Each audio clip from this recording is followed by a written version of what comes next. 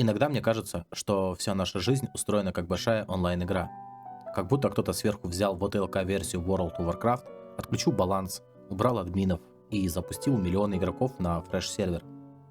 Только в этой игре ты не выбираешь себе расу, не выбираешь фракцию, не настраиваешь себе свой класс. Только появляешься в рандомной локации с набором случайных характеристик, о которых тебя даже никто не спрашивал. Кто-то рождается в безопасной стартовой зоне с хорошей экономикой, любящей семьей и стабильным интернетом, а кто-то в зоне высокой сложности, где у тебя с самого начала нет даже базового снаряжения, где каждый день это PvP режим, который нельзя отключить, где каждый моб элитный, и за каждый шаг приходится платить. Ты растешь, смотришь на других игроков. Кто-то сразу получает эпик лут, богатую семью, талант, внешность, а ты фармишь. Качаешь скиллы, учишься, стараешься, падаешь. И кажется, все равно отстаешь. И тут приходит осознание. В жизни, в отличие от World of Warcraft, не всегда можно понять, за что тебя убило. Там ты видишь лог боя, смотришь записанный реплей, разбираешь ошибки. Здесь иногда просто вайпает, и ты даже не понял, откуда пришел урон. Кто-то теряет родителей, кто-то ломается внутри, кто-то просто просыпается однажды и чувствует, что больше не может. Байрон Рэкфул Бернштейн был один из немногих, кто видел эту игру насквозь. Он был игроком, который достиг всего. Один из первых грандмастеров арены, его имя знают миллионы. Он был легендой. Но даже имея весь гладиаторский гир, он не чувствовал себя в безопасности, потому что сражался не с другими игроками, а с игрой самой по себе, с правилами, которые никто не объяснял. Он страдал от биполярного расстройства. Жаль, но биполярка не лечится и не воспринимается всерьез во многих странах.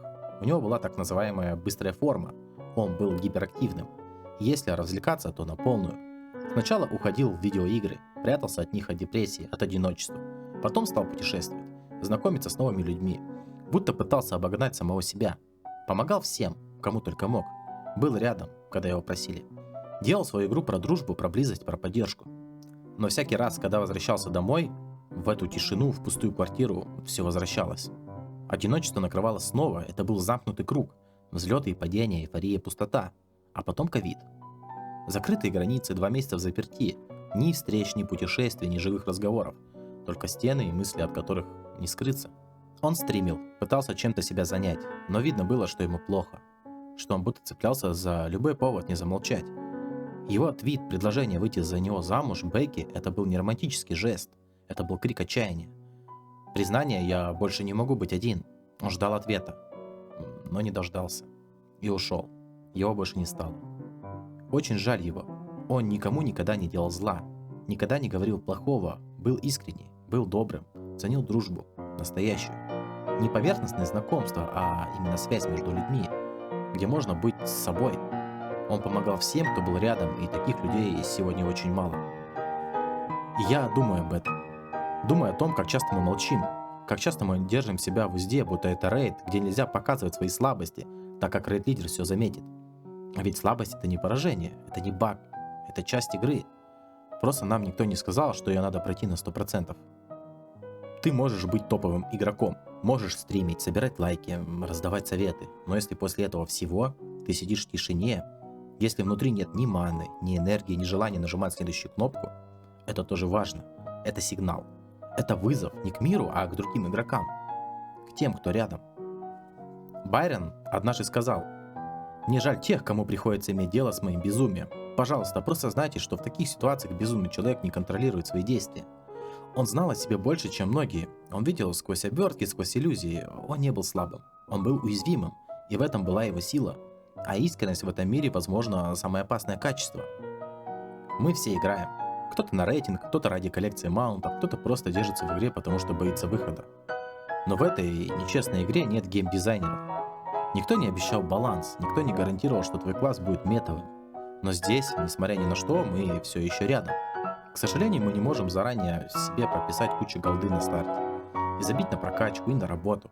Мы не можем быть с иммуном в момент спавна в Данморов. У нас могут быть страшные болезни на уровне генов, диабет, ДЦП, инвалидности и биполярное расстройство. А кто-то мимо нас будет прокачиваться и не замечать этих трудностей.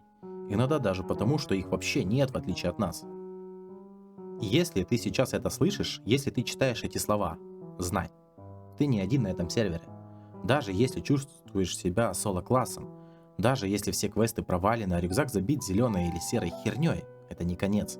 Это просто зона восстановления. Это время подумать, отдохнуть. И может быть написать в общий чат: LF Group, братан. Потому что иногда одного достаточно. Одного приглашения, одной фразы, одного человека, который не даст тебе ливнуть. Байрон ушел, но его история осталась. Его борьба — это не про поражение. Это про честность. Про то, что даже когда все внутри рушится, можно остаться с самим собой. Можно быть добрым, быть другом, быть светом, пусть и на пределе. И может быть, если бы мы чаще нажимали проверить статус друзей, если бы мы не игнорили чужие сигналы, если бы мы понимали, что за все норм может скрываться тьма, возможно, он был бы с нами. Я не знаю, зачем дается нам эта жизнь, но знаю лишь одно, что она несправедлива. В ней нет баланса. Кто-то рождается с багами, кто-то рождается с читами. Жизнь — самая нечестная игра в этом мире, но она не обязательно должна быть одиночной.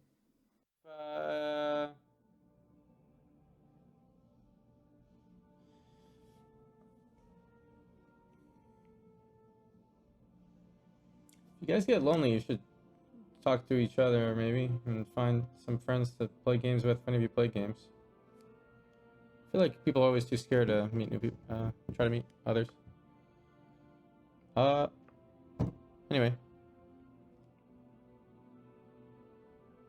Goodbye, everybody. Like, yeah, I mean each other, yeah, in chat. Because you probably there's probably a lot of like-minded people in the chat at this moment, you know? Have a good night. See you guys tomorrow or the next day.